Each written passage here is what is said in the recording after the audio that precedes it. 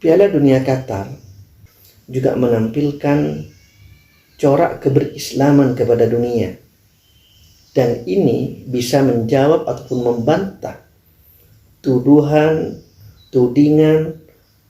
kelompok-kelompok Islamfobia yang hari ini masih luar biasa masif, masih luar biasa menjamur di berbagai belahan dunia. Bagaimana tidak? Islamfobia yaitu satu ketakutan, satu prasangka, satu kebencian terhadap Islam.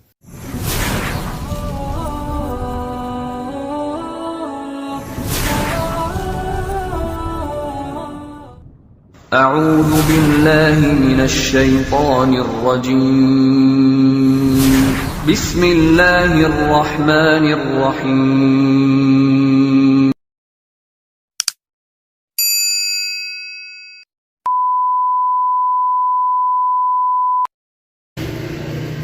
Bismillahirrahmanirrahim. Assalamualaikum warahmatullahi wabarakatuh. Bismillah, alhamdulillah, wassalatu wassalamu ala rasulillah Sayyidina Muhammad ibn Abdillah wa ala alihi wa sahbihi wa mawalah. Wa la hawla wa la quwwata illa billah. Rabbi shrah li sadri wa yassir li amri wa hlul 'uqdatam min lisani yafqahu qawli. Amma ba'du. Ikhwani fillah, saudara-saudaraku yang dirahmati Allah, Piala Dunia 2022 yang diselenggarakan di Qatar sudah selesai, di mana Argentina keluar sebagai juara dan Prancis menempati posisi kedua, yaitu sebagai runner up. Tetapi meskipun sudah selesai, masih ada sisa-sisa yang pantas untuk kita ingat, pantas untuk kita bicarakan lebih lanjut. Apa itu? Adalah bagaimana Qatar menampilkan nilai-nilai budaya yang dimiliki, yang kesemuanya selaras dan sama dengan nilai-nilai Islam. Maka Piala Dunia Qatar, selain dia menyelenggarakan Piala Dunia, saya juga melihat bahwa Qatar juga menampilkan corak keberislaman kepada dunia, dan ini bisa menjawab ataupun membantah tudingan kelompok-kelompok Islamfobia yang hari ini masih luar biasa masif, masih luar biasa menjamur di berbagai belahan dunia. Bagaimana tidak? Islamfobia yaitu satu ketakutan, satu prasangka, satu kebencian terhadap Islam yang muncul di berbagai belahan dunia, coba dijawab oleh Qatar dengan tindakan. Maka kita sering mendengar satu ungkapan, lisanul hal afsahu min lisanil maqal. Bahasa tindakan lebih fasih daripada bahasa lisan. Artinya Qatar menjawab tentang bagaimana Islam sebenarnya, bagaimana Islam melayani orang-orang yang berbeda, bagaimana Islam ketika berhadapan dengan orang-orang, dengan kultur, dengan tradisi, dengan bangsa, dan bahkan dengan agama yang berbeda, ternyata semua penuh dengan kelembutan. Apa yang ditampilkan Qatar benar-benar Islam sebagai rahmatan lil alamin, sehingga Islam yang selama ini dituduh dengan radikalisme, dengan terorisme, dengan ekstremisme misalnya, terbantahkan. Islam adalah rahmatan lil alamin. Dia rahmat bagi seluruh alam semesta. Dan Nabi Muhammad juga tidak diutus hanya kecuali sebagai rahmat bagi alam semesta. Wa ma arsalnaka illa rahmatan lil alamin.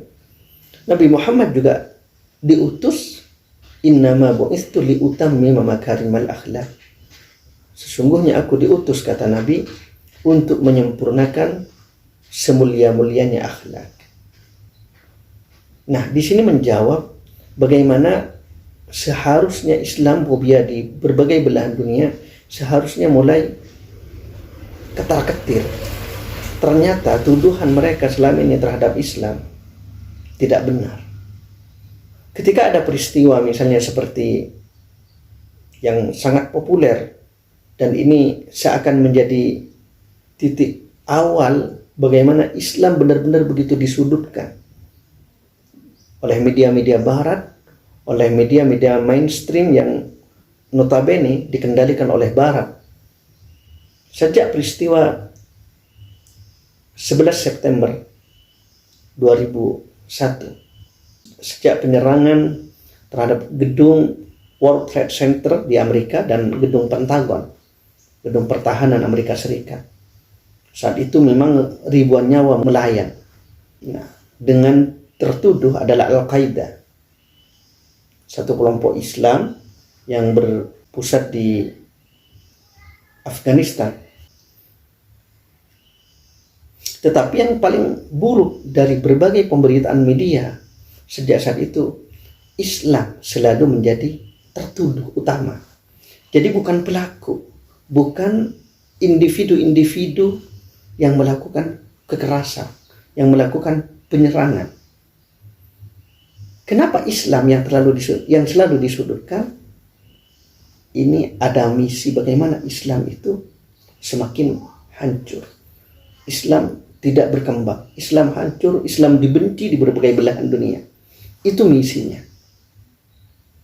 Sehingga selalu Islam. Bandingkan misalnya dengan peristiwa penyerangan yang dilakukan oleh orang Australia di Selandia Baru, di mana dia menyerang jamaah sholat Jumat dan menewaskan 50 orang lebih. Apa yang terjadi? Dia benar dipenjara.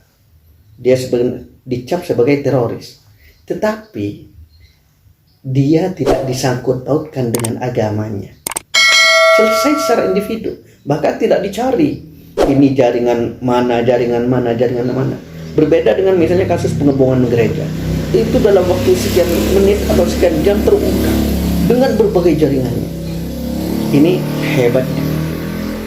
Jadi dari sini terkadang kita melihat ada ketidakselarasan, ada ketidakseimbangan yang selalu bagaimana Islam ditempatkan sebagai objek tertuduh, objek yang tidak pernah benar, tidak pernah mengajarkan kasih sayang.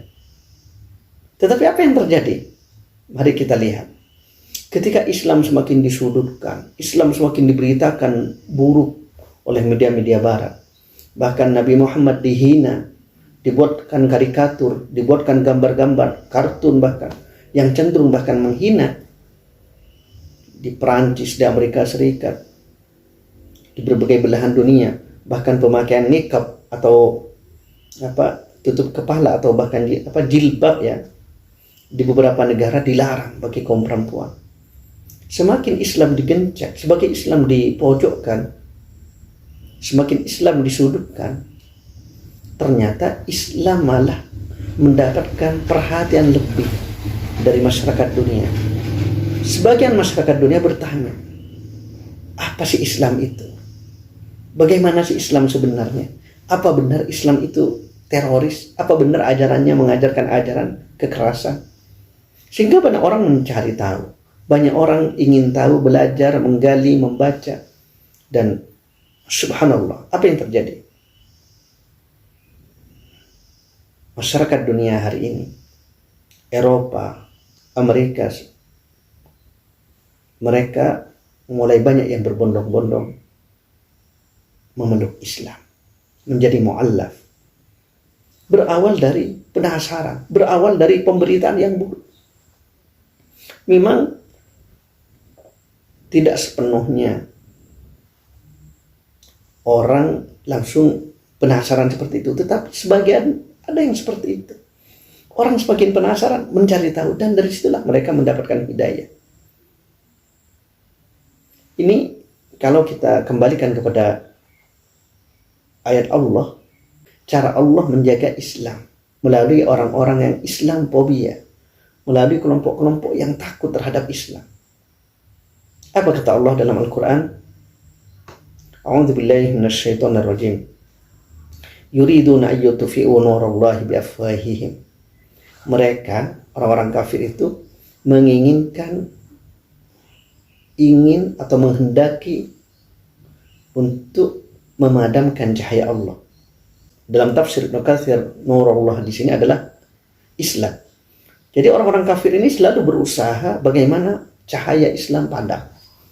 Bagaimana Islam tidak tumbuh, bagaimana Islam menjadi buruk citranya, menjadi terbangun stigma negatif, dan Islam dibenci. Tapi apa yang terjadi? Wa ya'ballahu ayyutimma nurah. Tapi Allah tidak menghendaki itu. Allah tidak mau Islam padam. Allah tidak mau cahayanya padam. Sebaliknya, illa ayyutimma nurah, bahkan Allah semakin menyempurnakan cahayanya. Semakin eksis Islam ketika semakin dipojokkan. Walau karihal kafirun, meskipun orang-orang kafir tidak menyukai. Nah, oleh karenanya orang-orang Islam harus memahami ini. Harus memahami bahwa meskipun ada kelompok-kelompok di luar Islam atau bahkan dari orang-orang Islam sendiri, karena memang ada ini orang Islam tidak suka terhadap Islam. Islamfobia ini ada juga dari orang dalam Islam. Wah, nggak mau Islam diterapkan, nggak mau syariat Islam ditegakkan, nggak mau aturan-aturan Islam diimplementasikan dalam kehidupan berbangsa dan bernegara. Alasannya takut mengganggu, takut menyakiti orang selain Islam. Tidak. Dalam Islam ada ajaran yang sangat detil, yang sangat menghargai kehidupan orang lain termasuk agama lain. Bahkan dilarang, Nabi sangat melarang keras menyakiti orang non-muslim, orang kafir yang statusnya tidak hendak menyerang kita. Statusnya zimmi, jadi mau berdamai, mau hidup rukun, bertetangga, berbangsa dan bernegara, tidak saling menyakiti.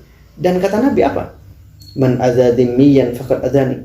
Kalau nyakitin mereka, orang-orang kafir, orang-orang non-muslim yang tidak mengganggu, yang mau hidup damai, maka kata Nabi faqad adani, seperti menyakiti aku. Sehingga orang Islam di sini perlu melihat siapa yang layak menjadi sasaran perang. Jangan asal ngebom, jangan asal melakukan, tidak bisa dibenarkan. Islam sangat menghargai nyawa. Satu nyawa bagi Islam itu sama dengan nyawa manusia semuanya. Jadi ketika kita menghabisi satu nyawa yang tidak bersalah, sama dengan menghabisi seluruh nyawa semuanya. Dan Nabi Muhammad sendiri menghendaki umatnya masuk surga. Kenapa ketika kita melihat kejahatan ataupun melihat misalnya ada yang salah lalu kemudian kita melakukan pembunuhan, kenapa enggak coba dengan cara yang halus? Makanya ud'u ila sabili rabbika bil hikmati wal mau'izatil hasanah. Ajak kepada jalan Tuhanmu dengan hikmah wal mau'izatil hasanah, dan peringatan-peringatan yang baik. Jadi digunakan pendekatan-pendekatan persuasif, gunakan pendekatan yang diterima, yang tidak menyakiti. Nah, Qatar melakukan itu. Apa yang dipresentasikan Qatar dalam Piala Dunia, bagaimana mereka melayani tamu, bagaimana mereka memfasilitasi pengunjung, meskipun beda agama, beda bangsa, beda negara, beda ras, bagaimana mereka memberikan rasa aman, rasa damai yang luar biasa. Bahkan tidak ada penonton bola yang merasa terganggu. Terjadi misalnya pelecehan seksual seperti banyak yang terjadi di negara-negara lain. Penonton Piala Dunia yang perempuan merasa aman, merasa nyaman. Qatar merepresentasikan bagaimana Islam sebenarnya menjadi wadah, menjadi tempat yang penuh dengan kenyamanan, keamanan. Dan seharusnya memang Islam seperti itu. Makanya di Piala Dunia Qatar itu banyak ditampilkan moral ataupun billboard yang berisi pesan-pesan hadis Rasulullah. Misalnya, man kana yu'minu billahi wal yawmil akhir falyukrim dhaifahu. Barang siapa yang beriman kepada Allah dan hari akhirat, maka hendaklah dia memuliakan tamunya. Atau juga hadis kullu ma'rufin sedekah. Setiap perbuatan baik adalah sedekah. Dan banyak lagi. Pesan-pesan yang ditampilkan Qatar sungguh menyentuh. Selain perbuatan, pesan-pesan yang ditampilkan dan bagaimana mereka mengenalkan Islam kepada seluruh dunia. Tentu Islam yang benar. Islam bukan yang dimediakan, yang diberitakan, yang dinarasikan oleh Barat dengan penuh dengan ketakutan, yang penuh dengan teror. Islam yang disampaikan oleh Qatar adalah Islam yang lembut, Islam yang rahmatan lil alamin. Nah, dengan demikian seharusnya Islamophobia hari ini mulai tereduksi dan mulai semakin mengecil dengan Piala Dunia Qatar ataupun dengan contoh-contoh yang ditampilkan Islam dan bagaimana ajaran Islam yang sebenarnya. Tidak ada lagi Islamophobia, meskipun tentu isyarat Allah dalam ayat tadi adalah menggunakan fi'il mudhari', yuriduna ayyutfi'u nurallah. Jadi bahasa ini adalah bahasa dalam tinjauan perspektif ilmu shorof, bahasa fi'il mudhari' yang artinya akan selalu ada, berkesinambungan, sedang, bukan sesuatu yang sudah terjadi. Jadi akan selalu ada orang-orang yang membenci Islam, orang-orang yang ingin Islam tidak maju, orang-orang yang ingin Islam buruk, citra Islam buruk, akan selalu ada. Tetapi paling tidak Piala Dunia Qatar sudah mencoba menjawab, membukakan mata dunia bahwa ini loh Islam, damai, indah, sejuk. Bagaimana anak-anak kecil di sana, ibu-ibu memberi makan. Islam mengajarkan itu. Absus salam, kata Islam, sebarkan keselamatan. Wa at'imut ta'am, kemudian berilah makan. Usallu bil laili wan nas niyam, dan sholatlah di waktu malam, di saat sementara manusia atau orang lain sedang tidur. Ini salah satu poin dalam Islam yang diajarkan oleh Rasulullah SAW. Kita berharap dan berdoa tentunya, semoga pasca Piala Dunia Qatar tidak hanya menghasilkan siapa yang terbaik dalam turnamen, negara mana yang menjadi kampiun, tetapi juga bisa membukakan mata, bisa mencerahkan masyarakat dunia tentang nilai-nilai yang ada di Qatar, tentang nilai-nilai Islam yang seharusnya mereka pahami dan seharusnya mereka ketahui. Dan dengan begitu mereka menjadi insaf dan bahkan mendapatkan hidayah dan kemudian memilih Islam sebagai jalan hidup. Semoga inilah yang banyak terjadi. Nah, barangkali ini saja. Mari kita tutup dengan doa kafaratul majlis. Subhanakallahumma wa bihamdika asyhadu an la ilaha illa anta astaghfiruka wa atubu ilaik. Wallahu a'lam bishawab. Ihdinas siratal mustaqim. Assalamualaikum warahmatullahi wabarakatuh. Thanks for watching. Dukung terus channel ini dengan menekan tombol subscribe, like, and share. Bagi Anda yang mendukung, kami doakan semoga Anda senantiasa mendapatkan nikmat dari Allah Subhanahu wa Ta'ala di dunia dan akhirat. Amin, amin, amin, ya Rabbal Alamin.